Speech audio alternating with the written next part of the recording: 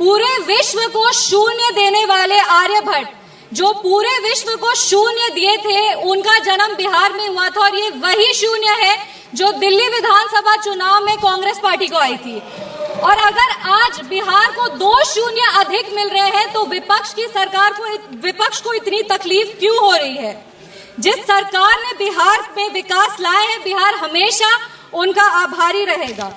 हम उस बिहार की बेटी हैं सर, जो इस देश की रीढ़ की हड्डी है। वो चाहे आपके कॉर्पोरेट सेक्टर्स हो, वो चाहे आपके सॉफ्टवेयर आईटीज हो, वो आपके इंफ्रास्ट्रक्चर को खड़ा करने वाले मजदूर हो, वो आपके घर के सहयोगी हाथ हो।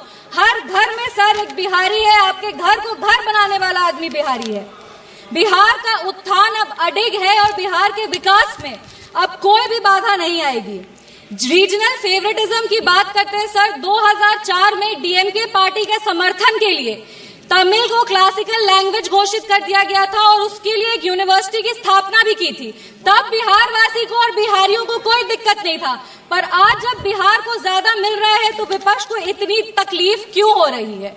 बिहार में आज जीडीपी का मतलब है ग्रॉस डोमेस्टिक प्रोडक्ट, बट जब विपक्ष की सरकार थी तो बिहार में जीडीपी का मतलब था गुंडागर्दी, डकैती और पॉवर्टी। हम बिहार में जमीनी स्तर पे काम करते हैं, इन लोगों ने बिहार में जमीन हड़पने के लिए काम किया है। हम दोनों में बस यही अंतर है।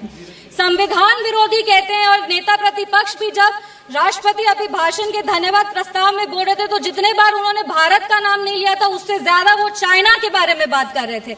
और ये इनका एक ट्रेडिशन रहा है कि चाइना के मॉडल से ये बहुत प्रभावित रहते। नेशनल एडवाइजरी काउंसिल भी चाइना से प्रेरणा लेकर के ही स्थापित की गई थी। हम राहुल गांधी जी को बस यही कहना चाहेंगे, राहुल गांधी जी, ज्यादा चीनी देश के लिए और सेहत के लिए, दोनों के लिए हानिकारक है। इंडिया अलायंस को देखते हैं सर तो एक गाना याद आता है, इंडिया अलायंस को देखते हैं तो एक गाना याद आता है, देख जमाने की यारी बिछड़े सभी बारी बारी। और Bihar election will be the last nail in India alliances coffin.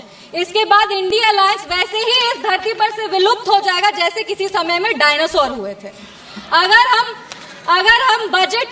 हम बजट की बात करें तो वित्त मंत्री जी ने 50 लाख करोड़ का बजट दिया है, जिसमें 11,21,000 जो है वो कैपिटल एक्सपेंडिचर है। ये हमारे देश के निर्माण में एक अहम भूमिका निभाएगी। वित्त मंत्री जी ने अपनी भाषण की शुरुआत ही सरकार के एफर्ट्स को रेखांकित करते हुए कहा कि इस बजट का फोकस्ड ग्रोथ पे है, इंक्लूसिव डेवलपमेंट पे है, प्राइवेट सेक्टर इन्वेस्टमेंट पे है और enhancing spending power of India's riding middle class पे है। ये बजट एक गाइडिंग फोर्स के रूप में अपने आप को स्थापित करेगा और ये इस बजट का ही परिणाम है कि इतने ग्लोबल अनसर्टेनिटीज के बावजूद भी हमारा देश एक फास्टेस्ट ग्रोइंग इकोनॉमी है। Sir, I am the only speaker from my party, मेरे को अपनी बात पूरी करने का पर्याप्त समय मिलना चाहिए। No nation can prosper without respecting its farmers. किसान हमारे अन्नदाता है, अन्नपूर्णा देवी का साक्षात स्वरूप हमारे किसान है। काफी सारी ऐसी योजनाएं जो आत्मनिर्भर विचारधारा से किसानों को सशक्त करने के लिए लिया जा रहा है।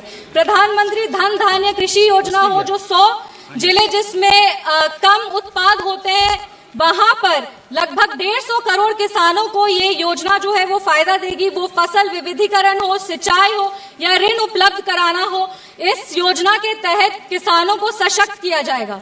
Rural prosperity and resilience programme के तहत ग्रामीण क्षेत्रों को मजबूत किया जाएगा।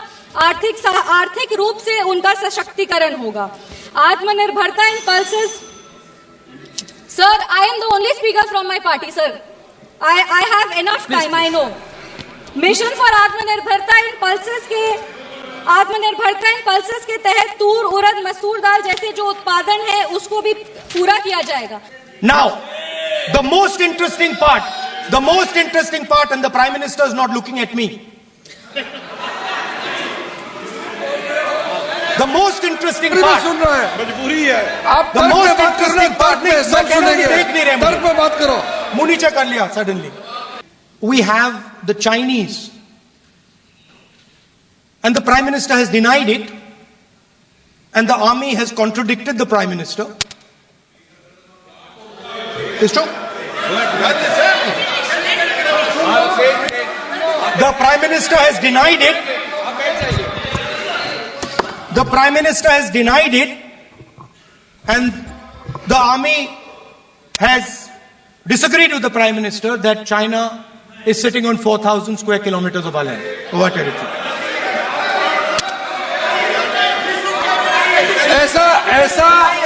ऐसा इस सदन में अब मन चाहे बात नहीं बोल सकते हैं।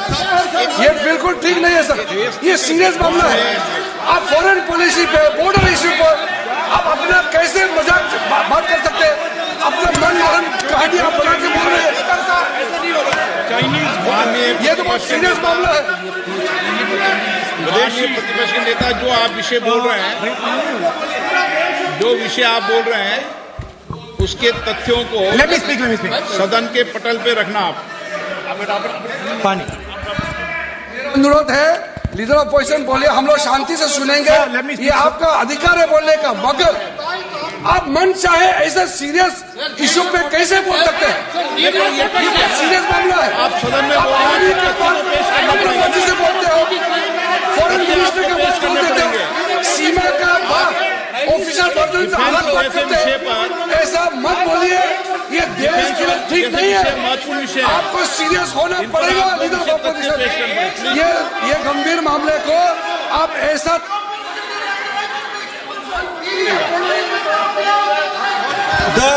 The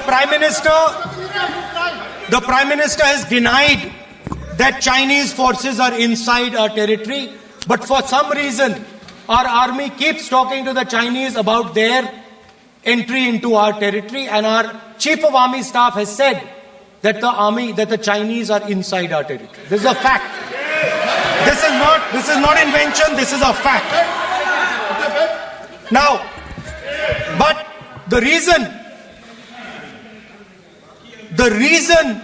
China is inside our territory is important.